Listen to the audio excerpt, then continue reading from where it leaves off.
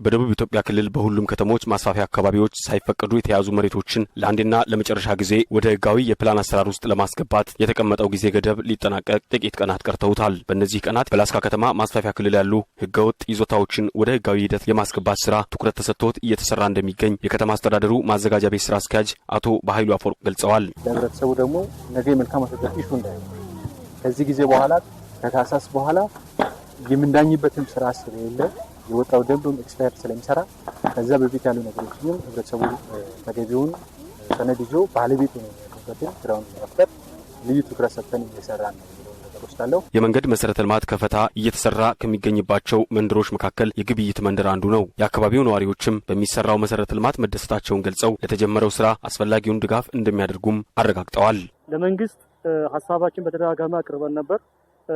አሁን ላይ በተለይ የመሩ ያሉት የመንግስት አካላት በበሳል አመራርነት ምላሽ ሰጥተውን ዛሬ በዚህ መንገዱ ሲከፈት እጅግ በጣም ደስታ ተሰማኝ። አሁን የሚታዩ አታክልት የተወሰኑ መንገድ ላይ ያሉ ቤቶች እየፈረሱ ነው። ይሄ ደግሞ ሲናይ በአታክልትም በቤቱ ዙሪያ ላይ ሲናይ እንደ ጥፋት ይመስላል። ግን ይህ ጥፋት ካለፈ በኋላ የሚመጣው ከባድ ልማት አለ። መንገዱንም ቀይሰዋል፣ ሽንሻኖም አድርገዋል። ግን ያን ድንበር የሚያሳልፈን እርስ በርስ ነው የምንቆጣጠረው። አንድ ሽካል ከተነቀለ አንድ ሽካል ዝንፍ ካለ እርስ በርስ ነው የምንቆጣጠረው። የላስካ ከተማ ከንቲባ ኢንጂነር አንሌው ድፍራው ህብረተሰቡ ልማት ይዞ የሚመጣውን ለውጥ በመረዳት ያሳየው ትብብር የሚደነቅ መሆኑን ገልጸዋል። ልማት ብለን ስናስብ ተነሺ የሆኑ ቤቶች ሊኖሩ ይችላሉ፣ አትክልቶች ሊኖሩ ይችላሉ። ህብረተሰቡ ነገ ይሄ መንገድ ያስፈልገኛል ብሎ በማሰብ በመረዳት ቤቱን ንብረቱን በማንሳት አሁንም ትብብር ሊያደርግ ይገባል።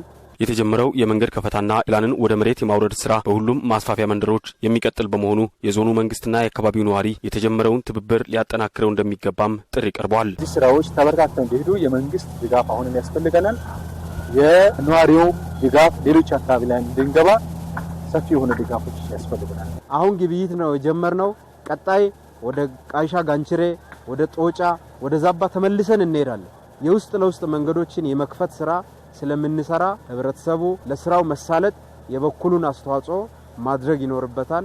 በግብይት መንደር ከፈታው ተጀምሮ 7 ኪሎ ሜትር የደረሰውን መንገድ ተዘዋውሮ የጎበኙት የዞኑ ብልጽግና ፓርቲ ቅርንጫፍ ጽህፈት ቤት ኃላፊና የመንግስት ዋና ተጠሪ አቶ አለምብራን ካሳሁን የተጀመረው የመንገድ መሰረተ ልማት ጥያቄ በህዝቡ ዘንድ ከፍተኛ የመልካም አስተዳደር ችግር ሆኖ የቆየ እንደነበር አስታውሰዋል። በከተማ ውስጥ ተካሎ ምን ከተደረገ በኋላ መንገድ መሰረተ ልማት የለው፣ መብራት የለው፣ የታመመን ሰው መጠየቅ አይቻልም፣ የሞተን ይዞ ለመቅበር መውጣት አይቻልም። በጣም ከፍተኛ የሆነ የመልካም አስተዳደር ችግር ያለበት አካባቢ ነው።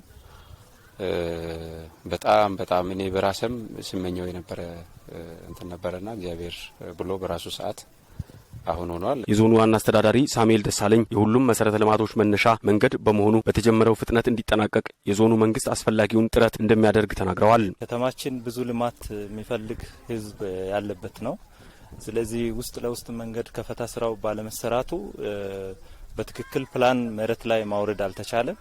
ስለዚህ ይህንን ፕላን ወደ መሬት ለማውረድ እየተሰሩ ያሉ ስራዎች አበረታች ናቸው።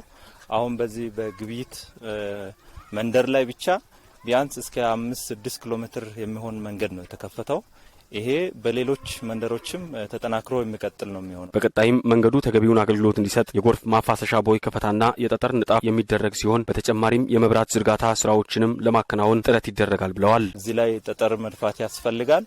መንገዱ ክረምትም በጋም በተሻለ አይነት ሁኔታ ሰው የሚጠቀመው አይነት እንዲሆን በተመረጠ አኳኋን ዋና መስመሮችን ኮረቴ ማስደፋት ስራዎችን በታቀደ አግባብ የምንሰራ ነው የሚሆነው።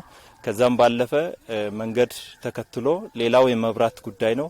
ከመብራት ጋርም ተያይዞ ያሉ ጉዳዮችን ያው በእቅድ ያንንም እየፈታን የህብረተሰቡን ጥያቄ እየመለስን የምንመጣበትን አካሄድ ነው የምንከተለው ማለት ነው።